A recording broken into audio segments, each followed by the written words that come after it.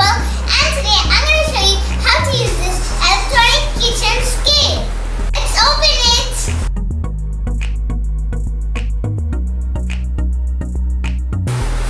This is the kitchen scale. Now let's see how this works. I have an empty glass bowl, 1 cup sugar. First on it.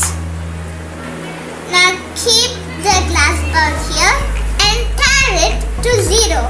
Now put the 1 cup sugar in. 1 cup sugar is equals to 185 grams. It shows the accurate grams of the 1 cup sugar.